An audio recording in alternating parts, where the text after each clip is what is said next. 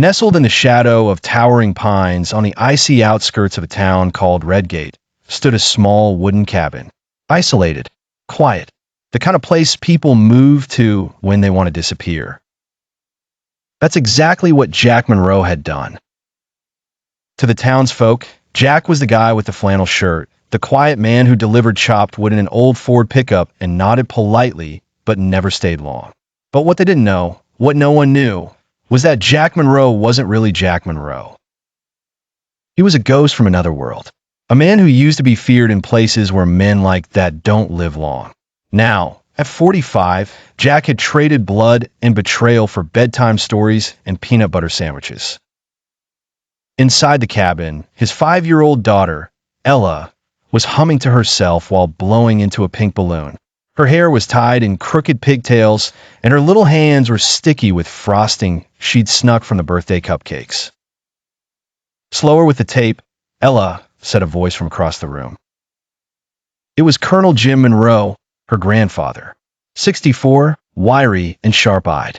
He moved like a man who still saw the world through a soldier's lens. His back was stiff from years of salutes and storms, but his fingers, those damn fingers, could still field strip an M16 in under 8 seconds. He hadn't touched a weapon in years, but he always knew where one was. At the far end of the living room stood Margaret, Ella's maternal grandmother. 60, sweet, and steel-strong in her own way. A retired music teacher from Virginia who carried her grief like a purse she never took off. She'd lost her daughter, Lucy, to a sickness not even all the money in the world could fix. Now, she filled that ache with love for Ella and a quiet, unspoken gratitude that Jack, despite everything, had stayed.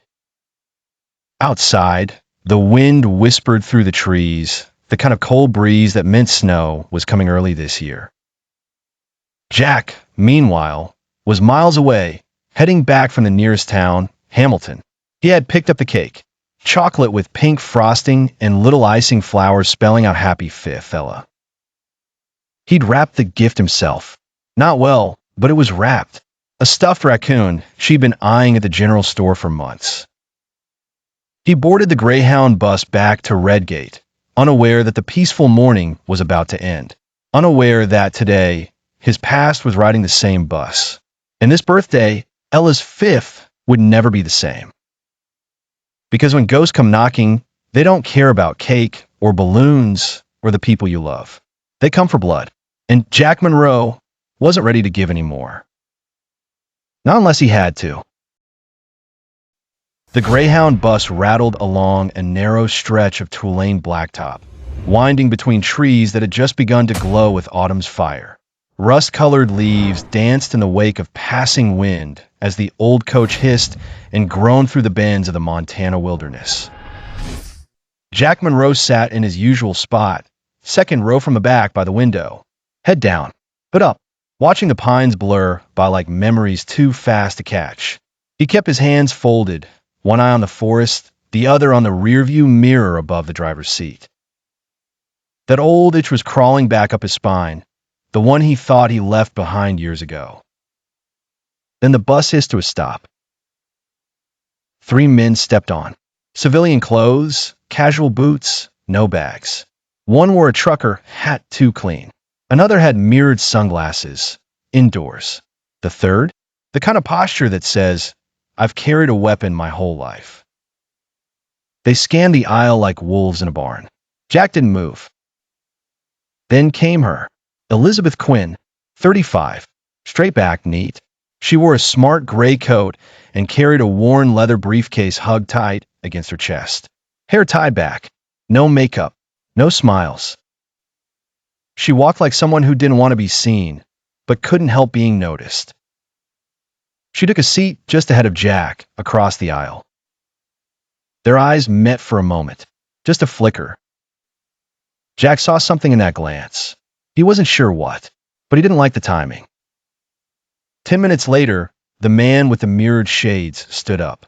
He walked slowly toward Elizabeth's seat, casual-like. Then he said it. "Hand over the flash drive," he muttered, just loud enough for Jack to hear, "and we let you walk away." Elizabeth looked up at him, steady as a mountain. I don't have anything. Wrong answer. The second man stood. The third slipped a hand into his coat. Jack exhaled quietly, like a man taking one last breath before a storm. They never made it back to Redgate. Just 10 minutes after the bus incident, the road ahead was blocked. Two black SUVs parked sideways across both lanes, hoods up like wolves showing their teeth. No police lights, no uniforms, just muscle. Jack didn't wait. He grabbed Elizabeth by the wrist, pulled the emergency exit handle, and they hit the dirt running. Behind them, voices shouted. Engines roared. Gunmetal glinted through the trees. The Montana wilderness, once peaceful, now pulsed with menace. The two of them tore through the underbrush, weaving between trees, ducking under hanging limbs, their boots crunching old pine needles and snapping twigs. Elizabeth struggled to keep up, but she didn't complain. She held onto her briefcase like it was a lifeline. Whatever was inside it, people were willing to kill for it. After an hour of zigzagging through deer trails and ghost roads, they reached a clearing with a rusted-out sign. No trespassing, private land. Jack kicked open a brush-covered trapdoor leading underground. A crude wooden staircase descended into darkness. The cabin smelled like damp wood and old secrets. It was a one-room shelter, low ceiling, stone fireplace, a lantern on the wall, and a couple of military cots covered in wool blankets. Where are we? She asked, breathing hard. Hunter's shelter. Built it in '86. Never thought I'd have to use it. Elizabeth sat on the cot, chest still rising and falling. Her hands were trembling, but her face?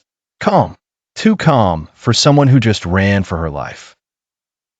Jack tossed her a canteen. Drink. You're running low. Later that night, as firelight flickered across the log walls, Elizabeth sat wrapped in a blanket. Jack sat across from her, staring into the flames. A shadow passed over the window. Both of them froze. The war had just begun. The wind that morning was colder than usual. The sun hadn't even cracked the ridgeline when Colonel Jim Monroe stepped out onto the porch of the log cabin, coffee in one hand, a shotgun in the other. He scanned the tree lean like a man who'd done it 1,000 times in another life, because he had. Back inside, Elizabeth sat cross-legged on the hardwood floor, a dusty laptop open in front of her, the flash drive plugged in. Lines of code flickered across the green-tinted screen, and her brows furrowed with every keystroke. Jack was pacing. He couldn't sit still. He never could when things got quiet. You're saying this database is what? He asked. Elizabeth didn't look up. Encrypted server access logs, payment trails, IP routing backdoors, military-grade stuff. Someone inside my company was selling access codes to white shadows. And not just low-level thugs. There's a name in here. Jack stopped pacing. Who? She swallowed hard. Deputy Director Leonard Strick. Department of Homeland Security. Jack exhaled slowly. Jesus.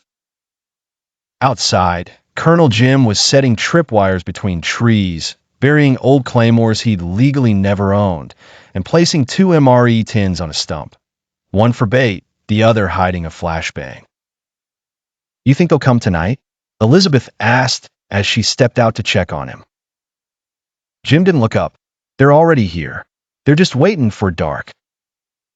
8:13 p.m., it started with the sound of boots crunching gravel. Then silence. Then glass shattering. A bullet slammed into the kitchen wall. Down! Jack roared, pulling Elizabeth by the arm and rolling her behind the sofa. Jim, already crouched behind a flip table, took out the first merc with a clean shot to the thigh, sending him screaming into the dirt. Jack moved like a man possessed, ghosting through the shadows, ducking, flanking, striking. He didn't spray bullets like some cowboy. He placed every shot with purpose. Center mass. Disarm, not kill, unless he had no other choice. They became ghosts. One day they were in Idaho, the next in Utah, then slipping quietly into Wyoming under the cover of night. No IDs, no credit cards, no motel chains, just rest stops, old cabins, and the kind of roadside diners where no one asked questions. Jack shaved his beard. Elizabeth dyed her hair. They became Tom and Linda, and then Mark and Susan, then no names at all. They didn't talk about the flash drive, or white shadows, or the man in D.C. who wanted them both dead. They just kept moving, one town ahead of death. Somewhere outside Casper, Wyoming, they parked in an abandoned ranger's lookout, an old fire tower with creaking steps and a roof that groaned in the wind. The sun was setting behind the hills, throwing streaks of orange and purple across the open plains. Elizabeth leaned against the railing, a threadbare blanket wrapped around her shoulders. Jack stood beside her, silent as always, his eyes scanning the horizon like trouble might rise with the moon. Then, without a word, she leaned her head gently onto his shoulder. He didn't flinch, didn't move. He just stood there, letting her stay. The wind rustled through the trees. Somewhere far off, a coyote howled, but in that moment, all of it faded. No names, no chase, no past. Just the weight of her head on his shoulder and the silence between them that said more than any words ever could. They sat like that for a long time. When the stars finally broke through the clouds, Jack reached down and covered her hand with his. Still, no words, but something had shifted, a quiet promise, unspoken but understood. Whatever happened next, they wouldn't run alone anymore. The bar looked dead on the outside, boarded windows, rusted sign hanging by one chain. But Jack knew better. Places like this never really die. They just go deeper underground. It had once been a front for the gravediggers, the syndicate Jack used to bleed for. Now, it was just a rotting memory crawling with ghosts and maybe a few traitors. He walked in slow, boots crunching old glass underfoot. One man sat at the far end of the room, nursing a whiskey with shaking hands.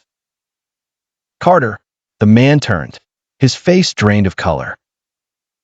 Jack, I thought you were. Jack pulled his gun and placed it gently on the table, pointing it at Carter's chest. Don't. Just talk. I didn't know they'd come after you, man. I didn't know they'd touch the kid. Bullshit. Jack's voice was ice. Who sent them? Carter hesitated. Jack cocked the hammer. Who sold me out? Carter broke. They paid $7 million for your name, your location, everything. The guy who gave you up? It was Rico Vargas. Jack's eyes narrowed. Rico's dead. No, he disappeared and came back calling himself something else. He runs White Shadows now. Silence. Then Jack leaned in. Then I guess I'm going to make Rico disappear again. The cabin was ready. Traps, perimeter wires, timed charges under the snow. Colonel Jim cleaned the old rifle with reverence. Elizabeth worked with a silent fury, hacking into communications and intercepting chatter. The White Shadows were coming, full force. Jack stood on the porch, eyes locked on the tree-line. He wasn't running anymore. The attack began at dawn. Snow erupted with gunfire. Explosions lit up the forest. Shadows moved between trees like phantoms. Jim took out 2 from the rooftop. Elizabeth detonated a trip mine that shredded the side flank. Jack was everywhere, calm, brutal, precise. But they kept coming. Inside the cabin, Elizabeth crouched beside Jack, blood staining his shirt. You're hit. I've been worse. You're insane. I never said I wasn't. Bullets tore through the walls. Jack stumbled, dropped to one knee. Elizabeth crawled to him, pulled him to cover. His breathing was shallow. eyes fading. I'm not going to make it, he whispered. Shut up. She grabbed his face, forced him to look at her. I don't want to live without you. A pause. Then Jack smiled, faint and crooked. Never thought I'd hear someone say that to me before I died. The bookstore smelled like old pages and cinnamon coffee. Soft jazz played on the radio. Elizabeth stood behind the counter, sorting titles alphabetically, peace finally sitting on her shoulders. Across the street, inside a small woodworking shop, John Marlowe was carving a toy horse out of oak. Ella laughed in the nearby park, chasing a red kite. John, someone called from the street. Jack looked up, wiping his hands on a rag. He glanced through the window. Elizabeth was watching him. She smiled, then walked over and leaned into his ear. I know your name, she whispered, but I'd still love you by any name, even if you're still. She smirked. Nameless. Jack smiled. For real this time. The past was behind them. But the story? The story had just begun.